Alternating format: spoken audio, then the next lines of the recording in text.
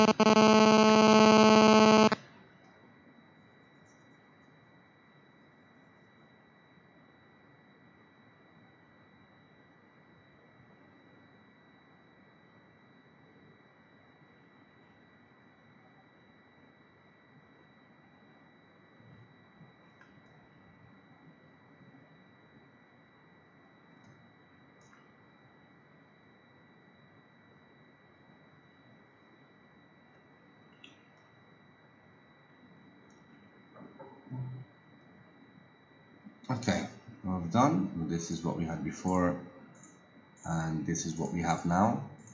It looks really good. If you don't want your opacity to look this strong or the effect to look this strong, just go down with the group opacity just to actually fix it. But I like it around here, so around 90%. Looks really good. Okay, now you want to flatten the image. And now this is where we want to add the sky overlays to it. So we just go on the overlays we have and go to skies overlay and see the sky that is actually perfect for this type of photo. And I think that we could use this one. I really like it. And now we just want to make this bigger. Okay, around here. Now we're going to set this to multiply. Okay. So here's the shadow, as you can see, so the sun should be around here. Okay. Now we want to create a nice layer mask to the sky overlay and press it here. And now this is where it gets fun. So we want to have sure that we have the white and the black default colors here, and we're going to select the gradient tool. Make sure I set to the first one here, and what we're going to do now is inside click inside the layer mask here and just make a horizontal line. And you maybe need to do this more times, but we need to get to the point is where it's actually perfect. Okay, so I think that would do.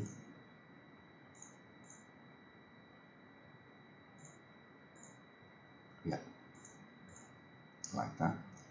Okay, now once that we've done this, we get the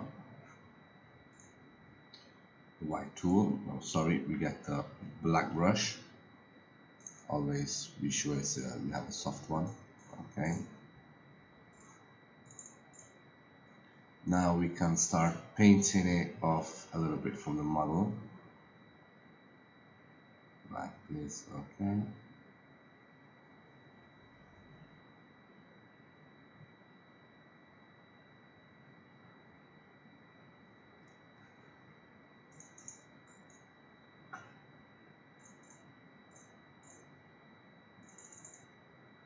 Okay, this looks good. I'm actually going to leave some of the overlay on top here to give it that nice sunny look effect. Okay, that looks good. Okay, now once we've done this, the sky is really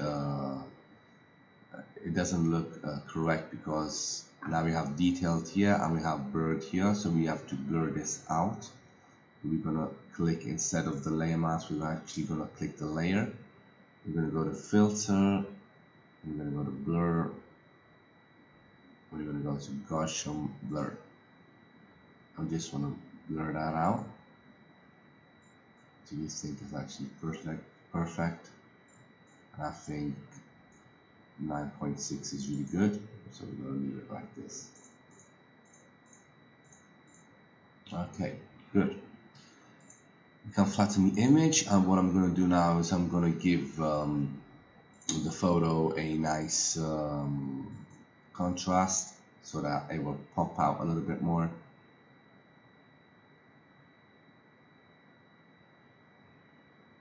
So we're going to go down to Pro Contrast here, and we're just going to play with the dynamic contrast. Not about it.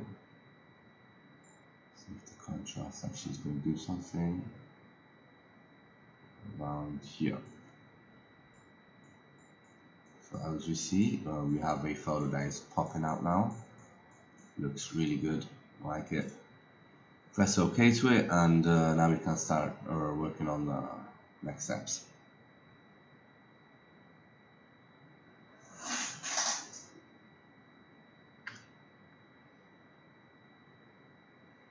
Okay, that looks really good. I like it. Okay, there's actually not much to do left. So what I want to do is I want to add another sun to it. So we have some flares around here too. So we're going to open the overlays as well again, and we're going to go to light sun and light. No, sorry, not this one. Light pack overlay, and we're going to get the number 6 here. We're going to make it the screen. I want to make it horizontal. Okay. I'm going to put it in the same position the sun is, around there. Perfect. Okay, that looks really good. As you can see, the actual sun now is getting all of this as well. So it's actually making it more realistic. I like it. I like it more like this. So I'm just going to leave it like this. It looks good. Okay, now we can give it a final touch by going on the perfect portrait here, adding some details to it. So I'm going to add some detail. Okay, this has opened up, and you can actually decide if you want to paint only on the model so that she stands out more, or you can actually decide to do the entire photo.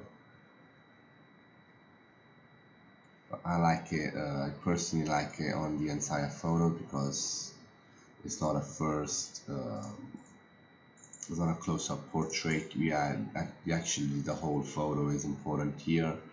So I want to give the details everywhere. So now that we have, we want to not to make the details so strong, and we want to take them down a little bit to around 50. Here it is. Looks good. And now we can add the boost. That's the final touch.